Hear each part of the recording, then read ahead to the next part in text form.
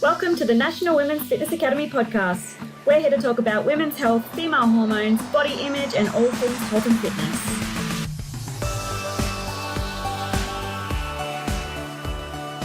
Hi everyone, welcome back to the Women's Fitness Academy podcast. I am your host, Ellen, one of the educators at Women's Fitness Academy, a host for the podcast, and also a binge and body image expert.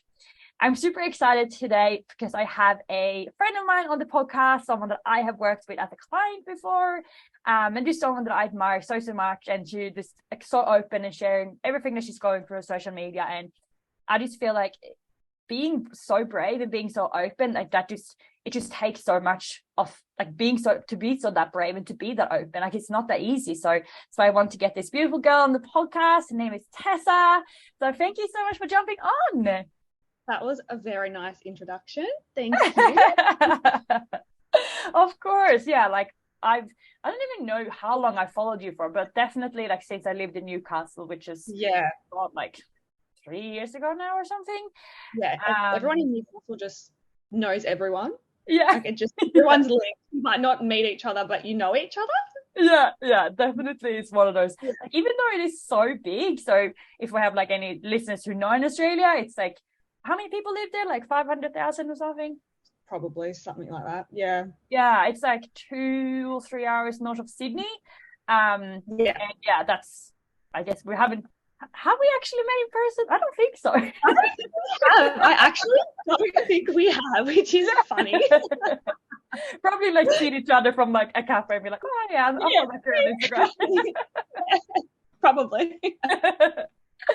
But the reason I want to get you on the podcast is like, as I said in the introduction, like I really admire you being so open about like what you're going through, like everything that's been happening.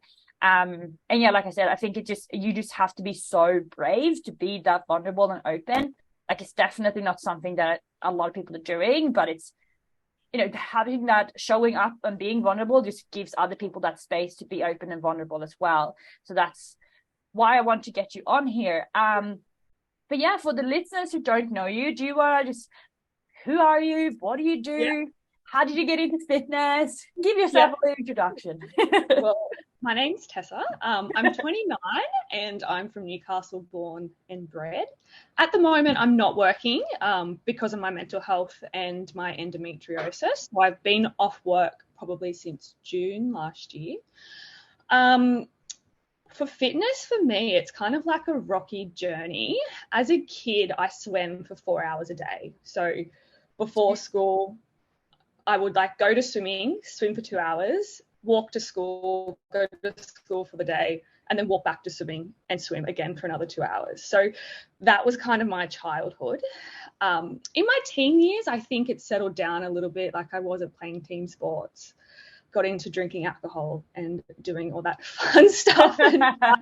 Like as we all do.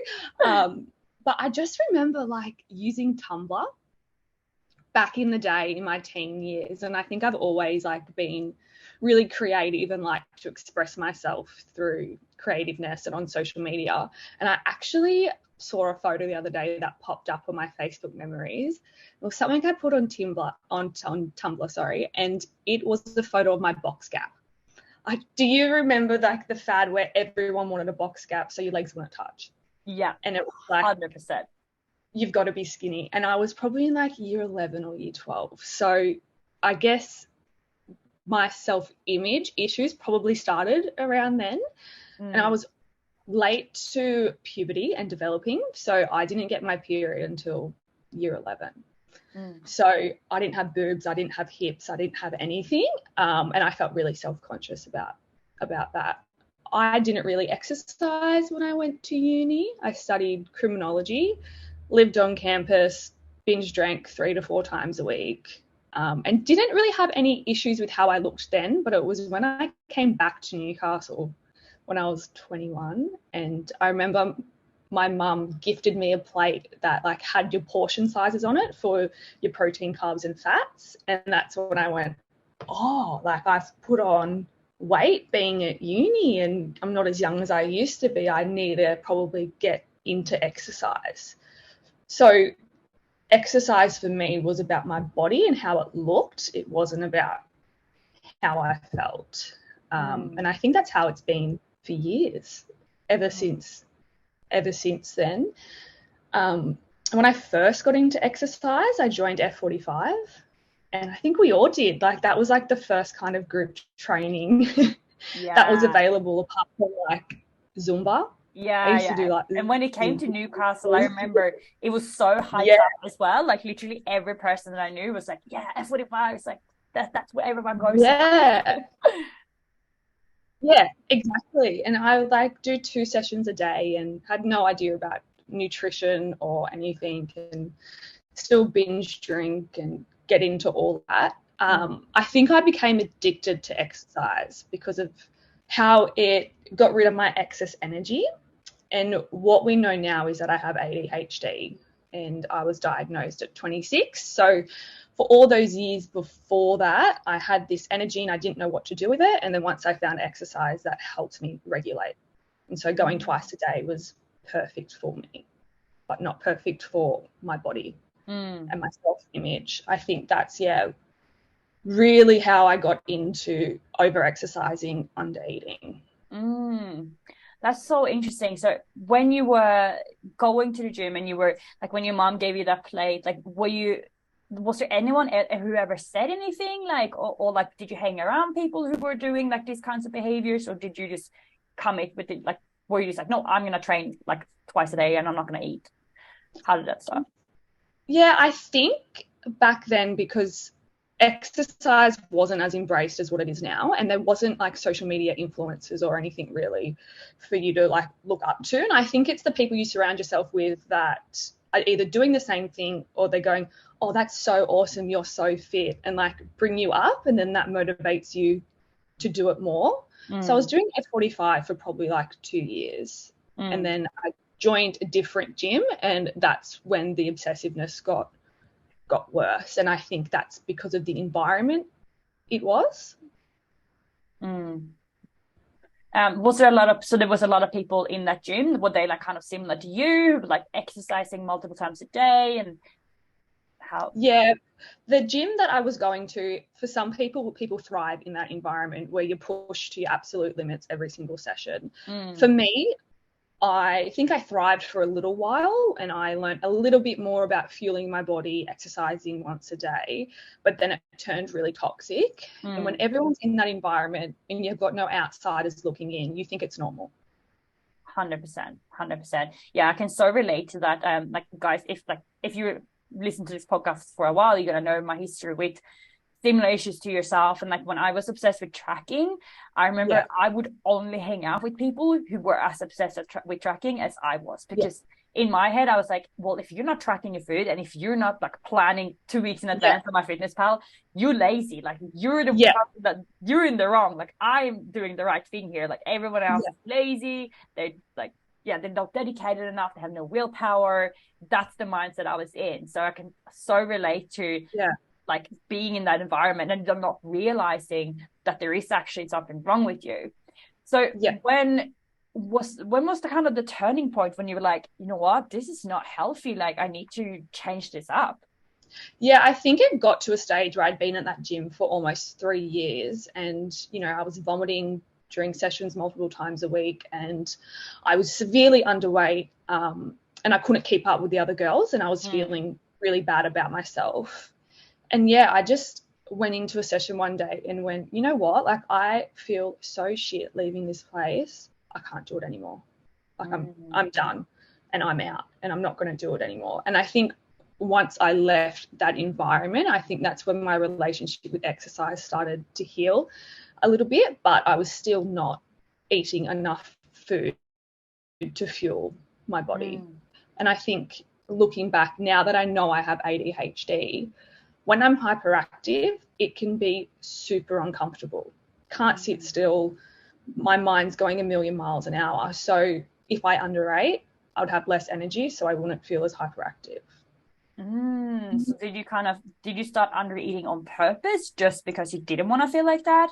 Yeah. Oh, that's really interesting. I didn't even think about that, but that makes sense. So talk to me about getting diagnosed with ADHD. Like, what stages did you have to go through? What was like, I guess the signs that you can look out for to potentially have ADHD? Yeah. So I was diagnosed when I was 26. I had already had That's recent. Yeah, so I'm 29 now, so Yeah. very recent. I'd already had a psychiatrist that I was seeing for depression and anxiety and complex trauma. So with ADHD and complex PTSD, the symptoms can overlap. So I think for a while there we thought it was maybe trauma. But then I started a new job doing 000 for the police. Oh, wow. And it required a lot of memory. And my mind would go quicker than what my hands would be, and it got picked up during training. We also had to do like a memory test every single morning, and the day before I'd get things right, and then the next day I'd get those same questions wrong. So it was just really like inconsistencies in my learning. And I talked to my psychiatrist about it, and I was like, oh, look, a girl I know has been diagnosed with ADHD and she's spoken about it, and I think that's what I have. So we did the testing and I took the medication, and I have ADHD. So my symptoms personally, when I'm hyperactive, I cannot sit still.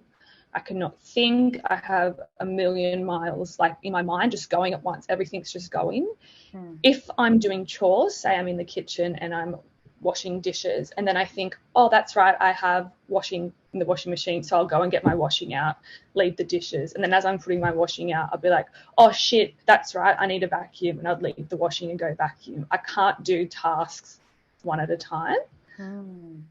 Also really struggle with friendships, really, really struggle. I've always felt a little bit out of the group, like don't quite fit in. My emotional regulation can be very up and down, and sometimes I don't think before I act, or I feel things a lot more. There's also a thing called rejection sensitivity disorder, I think it is, and that's where you feel rejection a lot more than what other people might feel rejection. So simple things like if I did something a little bit wrong in the workplace, I would feel that personally, rather than going, oh, that's just some feedback, that's okay, I need to improve on my work.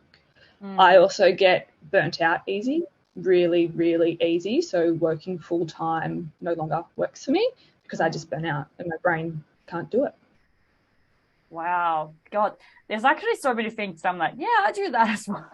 Yeah, I know. It's like, But I guess it's like, you can, like, I honestly, guys, I'm very uneducated in this topic, so some of these questions might seem like, what the fuck?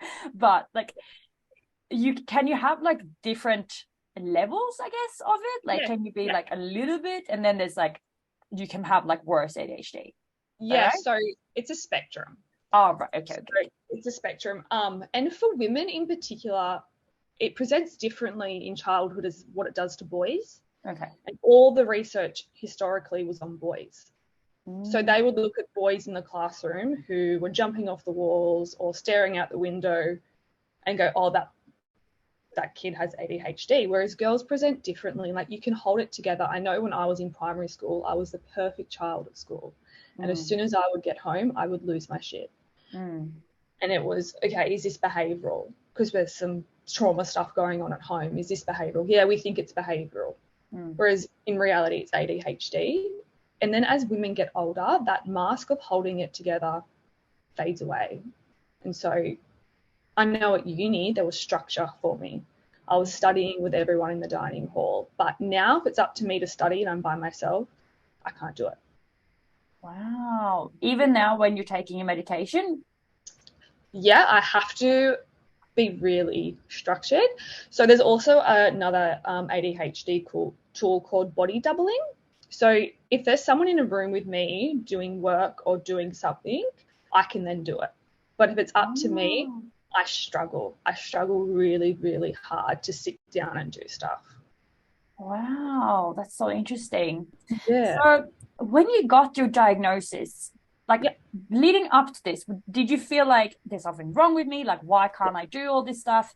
So was it then like a relief to kind of have, I guess, like a name for what you were going through?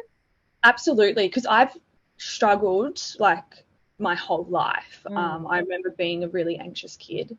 And prior to being diagnosed, I'd had an admission to a psychiatric emergency care centre. So I was really suicidal because I couldn't hold anything together. I was losing my job, I was losing my relationship, and I thought it was depression and anxiety, but it didn't quite feel like it fit with me. Yeah. And then once I was diagnosed, I cried and went, holy shit, it's not me. I could remove it from me and go, my brain is literally structured differently. And now that I know what it is, I can work to manage it better. Wow. Yeah, I can imagine it'd be such a relief to, like, sometimes this is nice to understand that you're not, first of all, not the only one going through this, and that there is actually something that you can do about it. Like, I know from working with a lot of girls with like eating disorders or body image issues, it's like that having these thoughts is not like, I don't want to say it's normal, because it's not something that you should be going through, but it's also like, it's common, I guess is the word I'm looking for. It's common, like it can happen. But it's, I can imagine it would be so nice to have to get help and like be like, this is the medication you can get, this is what's going on in your brain, like there's absolutely nothing wrong with you, and we can like fix this problem. So do you feel like there's a big difference ever since you got the diagnosis? Absolutely, because now I can recognize patterns and behaviors. And even the other night, me and my boyfriend were getting ready to go out, and I was feeding my dog, and as I was feeding him, I went, oh shit, that's right, I need to put my makeup in my bag. And I went to do it, and I went, no, one thing at a time, and went back to feeding my dog. So being able to recognize that stuff. And I know some people with ADHD don't like taking medication, but for me, my Ritalin is literally a lifesaver. It just helps me so much just to be able to get through daily functioning. And so without that, I don't know if I would still be here, to be honest. Wow. God, that is absolutely insane. Well, I'm so glad you did get that help and that you are taking your medication now. So if someone is like listening to this and they're like, whoa, that is literally me, every single thing that she said, what is the steps you need to take to get your diagnosis, or to like see if you might have that? Just like when I messaged you before and I was like, I think I have ADHD, and then you stuff, and I just ran because I was like, I'm not paying for an investigation, like I'm just gonna Google. So I just did like a couple of tests online, and obviously Dr. Google, you can never trust. I was just like, I'm just gonna fuck it. But what is like the stages that you can actually do? So I think it's really important as well, and I know ADHD has become this topic of conversation with influencers saying they've got it. I feel like everyone has it now. And it's been like, oh, they're just saying it, and it's like, oh no, they're not. It's just now that it's more recognized and more people are talking about it openly, so people can connect with it. I think if you have ADHD and you are functioning and it's not really affecting your day-to-day life, I probably wouldn't bother going to get a diagnosis if you don't think it's going to be helpful for you. Whereas for some other people, it will be helpful because that means access to medication, which may help. So you need to see a psychiatrist to be able to get diagnosed. Psychologists and GPs can maybe suggest you have it, but you really need to see a psychiatrist to be able to get that diagnosis. Not all psychiatrists can diagnose ADHD because every psychiatrist has their different interests. So I was just super lucky. I had already been seeing one that had an interest in ADHD, so could diagnose it and could medicate me for it. But it is a long process. And it costs a fair bit of money as well, right? Yeah, definitely. So like every time I see my psychiatrist, it can be like $300. Jesus Christ. It's actually like, coming from Sweden, like hearing all the costs that it is for Australia, like I have a friend who got diagnosed with breast cancer, and like how much she actually has to pay to do her tests and do her screens and get her medication. Like in Sweden, all that stuff is free. Like like if you have ADHD, like I have friends who have ADHD, they don't pay a thing. this is what's Yeah, wrong with the healthcare system. Like, what? Yeah, Of course definitely. you're not gonna get help. Like, I just saw they posted on Instagram that they were gonna remove that free psychologist that they put up for COVID or something like that. Yeah, Are you fucking joking? Like, mental health for people, like, even the clients that I'm working with, I see such a difference in how people, like, how their mental health is after the whole definitely. lockdown thing. Like, no, just because you're not in lockdown anymore doesn't mean that the problem's not there. Like, the lockdown kind of made people aware that there was a problem, and now they're stuck in that and they can't get out. So this is when we need the psychologist or psychiatrist. Like, this is when people need to get that help. And yeah, it's expensive, but fuck, like, it's worth it 100%. If it gets your health back, you can't put a price on that. Exactly. And when lockdown happened, I think that's when I became my sickest. And I think that's probably when we started working together, because my tool of using my excess energy was gone because we couldn't go to the gym. And with my ADHD, I can't train myself. Like, I just can't do it. I need to go to somewhere with group classes. And so then I was just eating less and less and less to try and manage that feeling. And that's what my eating disorder became really, really bad. Yeah. So with your eating disorder, do you feel like you have come out the other end now, or is this still something that you feel like you're battling with? It's still something I'm battling with. So last year I got really, really sick. I had a H. pylori bacteria in my belly. And What? yeah, What's that? yeah. So it's a bacteria, and most people carry it, but it might not cause you any issues. So I was like nauseous all the time, and I was vomiting every morning. And I was going, oh, this isn't right. Something's wrong. Went to my GP, went to several GPs, and they're like, oh, I think it's just anxiety. And I'm like, oh, well, I don't think it is anxiety.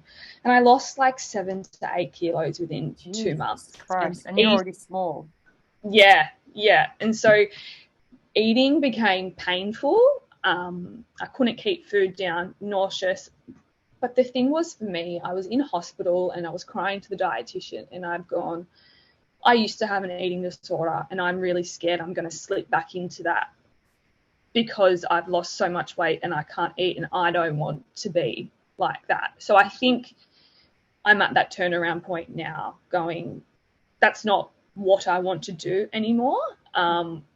But still, my relationship with food is always going to be a working process, I think. So when I'm anxious, when I'm depressed, forcing myself to eat, making sure I've got food there, I don't think it's ever going to be, I guess, normal, if we can say that.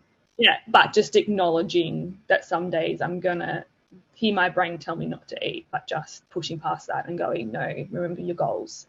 Food's good. Yeah. And I think I honestly think that for people who have lived with it for a long period of time, like even like me, like I think I have a really healthy relationship to food and to myself now, but I still hear those thoughts. So I totally understand. And I honestly do think like 99% of the people that I've spoken to who've had some kind of eating disorder, they all say, I still hear these thoughts. And it's actually so relieving to hear someone else say that they still hear these thoughts, because they're like, I thought there was something wrong with me. Like, I thought there was, like, I hadn't worked hard enough. But like, when something has made such a big trauma, like had such a big impact on your life and created that trauma, like, it's in your body, right? That your body doesn't forget. Yeah. Like, I absolutely loved my body when I was deep in my eating disorder and deep into overtraining. I loved it. And I would put all over Instagram, and I would brag about vomiting and my body looks like this. But everything else in my life was falling apart. My relationships, my work. Everything just started to fall apart for me. So for me now, looking a certain way is not worth it. No. Looking muscular for me is not worth it, because then I lose everything else. 100%. And that's the thing, I think, with having an eating disorder, is that it almost comes down to like everyone else around you. Like, if you have a strong relationship to your parents or your friends or your boyfriend or girlfriend or whatever, like, it kind of gets to the point when it's like, is it worth lying to everyone, feeling like shit all the time, pushing everyone away just to look a certain way? Like, that's the only reason. Like, Yeah, for likes on Instagram, honestly. And like, I just woke up one day, and this was during my recovery through my first nervous breakdown, and I was just kind of like, you know what, like, I don't want to have young girls following me on Instagram and seeing the shit I post and going, I want to be like her, because I'm lying to everyone. Yeah, well, that's massive as well. I love that. And I think it's so powerful that you could see that yourself, and just that you chose to change, because I think that a lot of people would have just gotten attached to all the likes and all the, like, I was following you when all this was happening. Yeah. Like, you were getting tons of followers, you were getting like sponsorships by these brands and stuff. And obviously, like, no one really knew exactly what was going on with you. It's just like you looked like healthy, kind of like your body looked amazing, if you can say that, like, from a fitness kind of perspective, like, and that's the thing that people often get wrong. They look at people like all the fitfluencers, or someone who's just at a bodybuilding show or something like that, and they look at them like, wow, that girl looks amazing, she has abs, like, she seems so happy, but fuck, we miserable. have no idea what's going on behind the screen. Yeah, and I looked like I should have been stepping on stage. Yeah, I wasn't. Lean as fuck. Yeah, but I wasn't in prep. Mm. So, and I didn't want to step on stage. And I remember the first time I ever opened up about my mental health was when I'd been in Bali and posted all these bikini pics, and I was getting so many likes. And I did a caption, and I was like, I actually suffer with depression and anxiety, and I wanted to end my life a few months ago. Like, don't believe everything you see on Instagram. What was the feedback on that post? It was mixed. It was like 2018, 2019, but it was like, oh, you're doing that for attention. Yeah. Or it was like, holy shit, I had no idea that was actually going on for you. Thank you for talking about it, because that is what happens for me too. And I've had so many people over the years message me going, because you shared, I went to my GP and I got help. Or because you shared your experience with ADHD, I now have my diagnosis and I'm able to function better. So I think getting those responses and working on myself and being healthier is worth so much more than getting some free shit or getting paid to do a post on Instagram. 100%. Yes, I love that. And it's like you're always going to you're never going to please everyone. Like, there's always going to be someone who doesn't like what you're posting, or who's going to comment on, like, I did like a before and after, like, not that long ago, and someone was like, oh, but you look better before. And I'm like, yeah, but I was fucking unhealthy. Like, I was so unhealthy. Like, doesn't matter what I look like. And also, I feel like Instagram, people just forget that there's an actual person there. Like, they would never just come to your house, knock on your door and be like, oh, you looked better 2 years ago. Like, exactly. On Instagram, they just think that there's not a person behind the screen there. It's just like, I can say whatever. Like, they don't even care. And like, TikTok is freaking next level. Like, oh, they're absolutely savage on there. I think I'm lucky now, because I've taken a big step back from social media. Whereas, like, I just don't care about it as much anymore, and I'm not doing any of my sponsorships or anything anymore. And I think it's gotten worse over the years with people commenting on stuff and just feeling like they have access to a person and they can say whatever the hell they want. Yeah, honestly, I will never get it. But some people just must be, like, it says more about them than it does about you, right? There's obviously something going on with them.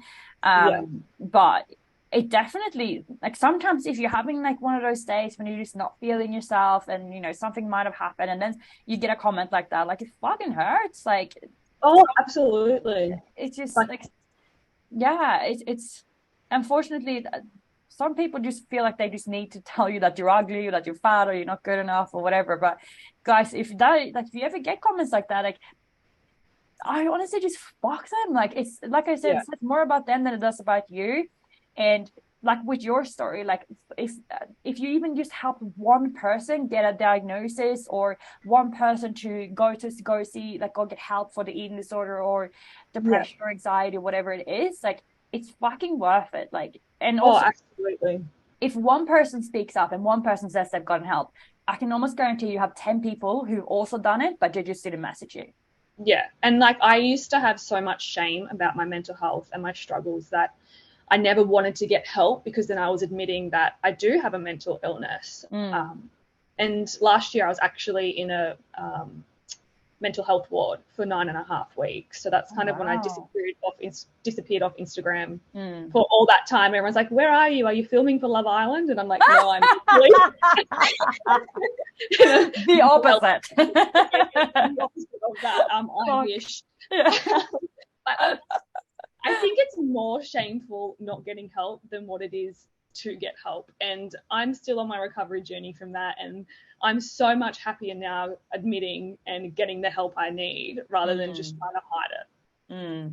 Yeah, it's scary as fuck though, like to actually admit and say, like, I struggle with depression, or I struggle with binge eating, or because that's like really like acknowledging to yourself that you do, like accepting that, okay, there is actually something that's going on that I need to fix, and there is something wrong with me. I'm not feeling that good. So I think a lot of us get stuck in that denial phase for a very long time, and it's like, no, it's not that bad, I don't need help. Like that was definitely me with my eating disorder. I was like, it's not that bad, like I can do it myself, it's fine, like it'll get better. And it's just you literally just prolonging the healing process here. Definitely. And like getting help. I wish I had my hospital admission for that long years ago. Like it was scary, and it was like the most overwhelming thing I have ever fucking done in my whole life, but I needed it because I needed the right medication, the right care, look inside myself and go, why am I like this, and what can I do to help myself? And being surrounded by people who I consider as normal, but they're also in a mental health institution, and going, okay, well, if I think they're normal, why can't I think I'm normal? Yeah, 100%. And that's the power of being in like a group environment, right? That you can see what everyone else is doing. And it's so, I love like sharing and being like, it's scary as fuck to share and be open about your emotion. Well, I think so, at least. A lot of people don't, but for me, that's very scary. So being in that, it just heals you so much quicker. So like I can imagine it would be very similar, like when you're going away to like a what you did versus working with like a psychiatrist yourself and just seeing that person, just you. But what was your experience with going there? Like what was the days like? Yeah, so I walked in not knowing what to expect. And at this stage, I was really unwell from my physical stuff, and I was still vomiting daily. And I was sick for probably like 4 months prior to that. So all the things I do to manage my mental health, exercise, see friends, work, I couldn't do because I was so sick. So by the time I got there, I was really unwell. I'm fortunate enough to have private health insurance. So I was in a private hospital, which was good. So I had my own room. Everything is structured. So you wake up every day and there's a meeting with everyone on the ward at 8:45 in the morning, and they go through the activities for the day. So you have like group sessions, which could be on anxiety, addiction. People are there for addiction reasons. There was also an exercise physiologist there as well. So trying to get us to move our bodies as much as we can, going for walks. And then you also see a psychiatrist twice a week and a therapist once a week. But it all depends on your capacity. I was so unwell when I first got there that I was sedated for 2 weeks. Wow. To try and get medication right, that I couldn't really participate in anything for 2 weeks. Wow. What was that like? Oh, like scary, really scary. I honestly wanted to die because I thought I was always going to feel that physically unwell, emotionally unwell. And if my life was living in a hospital room, I didn't want it. So I was pretty much just sedated to stay alive at that stage. Oh my God, that is absolutely crazy. Yeah. So when was the turning point for you there, when you were in there? Yeah, so I was originally in there for 6.5 weeks. So I had issues with medication. So any medication I would try, I'd be really sensitive to and get really bad side effects from it. So we would then have to go through withdrawal stages. So that's why I was kind of in there for so long. In the end, I left with just my Ritalin because they don't want you to get institutionalized. So I was really kind of already institutionalized, used to my food coming, used to the day, like used to the nurses. So my psychiatrist wanted me to go out into the real world for a little bit, see how I go. And if I had to come back, I'd have to come back. So was out for 3 weeks, and I remember when I got home and I opened the fridge and I tried to figure out what to eat and my brain wouldn't work. And I had a panic attack. Going, I can't even figure out what to eat, what food to put together. So I was out for 3 weeks, and then I was like, I need to go back in, and then back in for another 3.5 weeks. I tried a new medication and it worked. Oh my God. And now, how long has it been since you've been there now? I've been out for probably only like 8 weeks.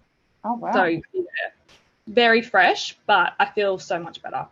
I was going to say, how are you feeling now? Yes, so much better. And like just being kind to myself and taking every day as it comes. I can feel now, like when my depression starts to sink in, and knowing the signs and going, these are my signs, but I don't do something about this now, it's going to get worse. So recognizing when I don't want to see my friends, when I don't feel like exercising, when showering is hard, like all those little signs and symptoms I can recognize now and get the help I need to pull myself out of that.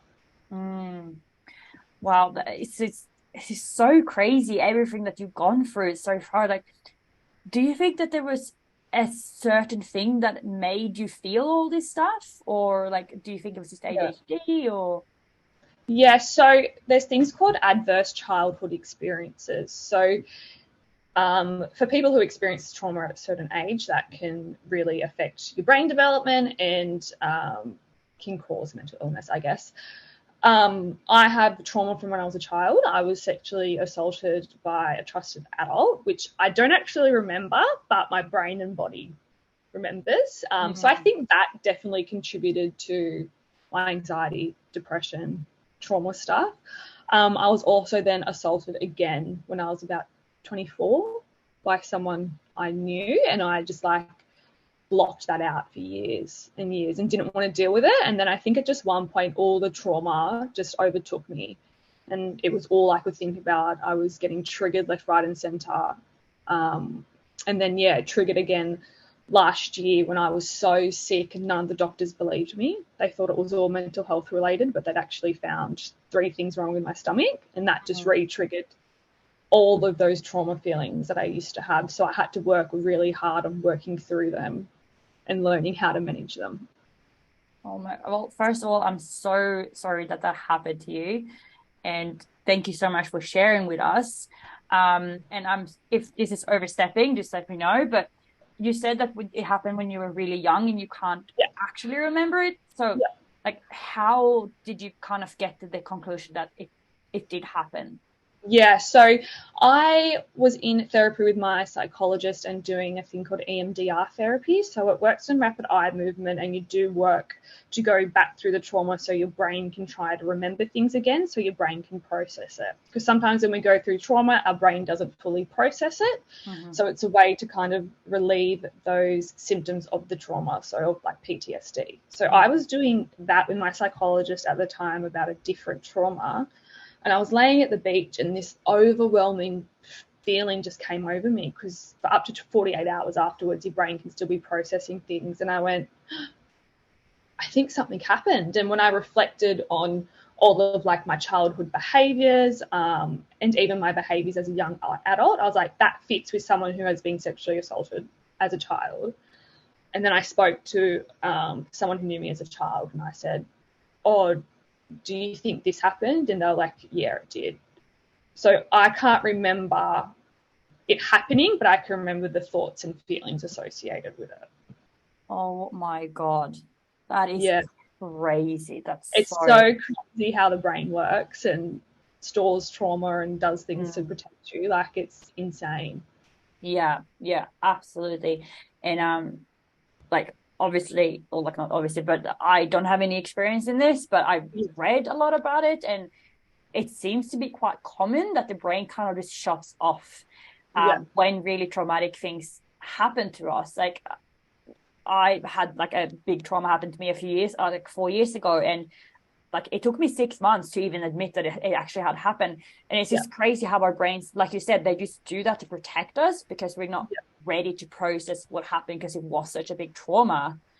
And it's just but even though I know this, it's still so crazy to hear that something like that could just like how you literally cannot remember it. Like, Yeah. And I'm so glad I can't remember it. And I think as yeah. well, because I was so young when it did happen, my brain development wasn't at that stage to kind of remember things as well. But I'm so grateful I don't remember it. Of course. Yeah. Wow. So what is the plan now moving forward? Are you looking to go back to the hospital to do another few weeks, or like what's the recovery plan for you? So I don't think I need to go back to hospital at this stage, just because I have my psychiatrist support in the community. Yeah, I think I'm just going to try and manage it the best I can day by day and just continue to improve. I don't know what life has for me now. All the work I previously used to do in like youth work and with offenders and stuff isn't going to work for me anymore. So I'm kind of at that stage of life going, shit, I need a whole new career, and that's scary, but it is what it is. Can't change it. So just, yeah, looking after myself the best I can, making sure I'm going to the gym, but not too much, eating well, resting when I need it, and just acknowledging when I'm having bad days. And it's okay to have a bad day. You've just got to wake up the next day and try and manage again. Yeah, absolutely. Do you find it hard to like balance the food and eating now, or is it getting a little easier for you? I did initially, just because I didn't have an appetite for so long, because of my stomach issues and then because of my mental health. But now I've actually joined a new gym, the PT Centre, which is run by Sequoia. Yes. She's been on the podcast as well. yeah. So I've known her for years. We used to train with each other years ago.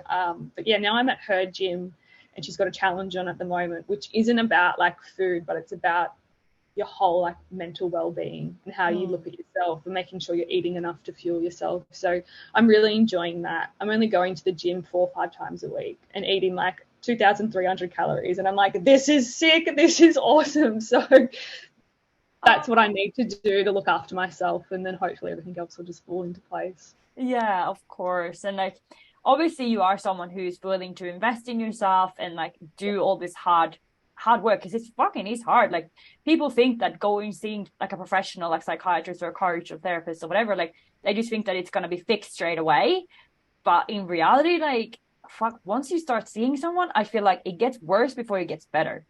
Absolutely. And it's so confronting, but the people who are trying to help you can only help you as much as you let them in. So you will not get better if you do not let them in and let them inside your thoughts, your like feelings, your emotions, everything. You will not get better. And that's scary. It's so scary. And just from like personal experience working with coaches, like something can happen and like, oh, I'm a bit embarrassed, I don't want to tell her that, because you have this kind of, a lot of us are people pleasers, and we want people to like have that, give us that validation, like, oh, you're doing well, and have them to be our cheerleaders. And a lot of coaches are like that. They just like, yeah, you're killing it, go queen, like keep going. They literally are just a cheerleader. But like a good coach should be there to help you see your blind spots and pick you up on your bullshit and be like, look, what is actually going on here? Like, why are you thinking like this? How did you feel in this situation? And like talk to me, like what is actually going on? Like, because life is not always just roses. Like if someone is just checking in and every single week, like, it's great, everything's amazing, there's definitely things there that they're not telling. Yeah, definitely. And like, I think your body can't lie. So when you are unwell, you look unwell. When you're mentally unwell, you look mentally unwell. Like your body shows it. 100%. So that's when you need to be honest with yourself and go, okay, I actually need help here. 100%. And that's probably why you got that bacteria in your stomach as well. Your body was just like, you know what, you need to fucking slow down and get proper help, otherwise you're not going to keep going. Exactly, absolutely. And this is going to sound weird, but I'm so grateful it happened. And that's the lowest I've ever been in my life, but I'm so grateful for it, because it's made me better and made me realize the good things I do have in my life, and that I can still live a happy, healthy life despite having a mental illness. Yeah, absolutely. I love that. Well, it's been such a pleasure to talk to you, and just hearing all of your whole story, everything's so like, honestly, you've been through more in your 29 years of life than most people probably go through in their whole freaking lifetime. And you should be so proud of yourself for the work that you're doing and for being so open and being so vulnerable. And like I said at the start, like it is so inspiring to just, you know, seeing you doing the best you can, showing up, telling everyone when you're having a shit day, telling everyone when you're having a good day. And it's so refreshing to see someone who's actually being open and honest on Instagram, and it's actually using it as a platform for mental health and not just to show the perfect life. Yeah, thank you. And hopefully now that I'm on the other side of my recovery, I'm hoping to step up to Instagram a little bit more and using it in a bit more of a healthy way than what I did back in the day. But yeah, thank you for having me. Of course. Guys, if you like this episode, please make sure that you do tag myself, tag Tessa. We'll link her Instagram in the show notes as well if you guys want to follow her. Or send her a message saying that you like the podcast, or if you have any questions about ADHD diagnosis or anything like that, I'm sure she can help you, point you in the right direction. But yeah, if you guys like this podcast, like we always say, take a screenshot, tag us all, tag Women's Fitness Academy. And yeah, if you're struggling with any of this, I do really urge you to reach out to a professional, not just your normal TT in the gym. Like they might give you some advice in the gym floor and say, oh, just life will get better, think of the positives. Like if you're actually struggling with depression or any kind of mental health, eating disorders, just do gym PT is not going to be the right person here. But yeah, thanks guys for listening, and thanks Tessa again for coming on.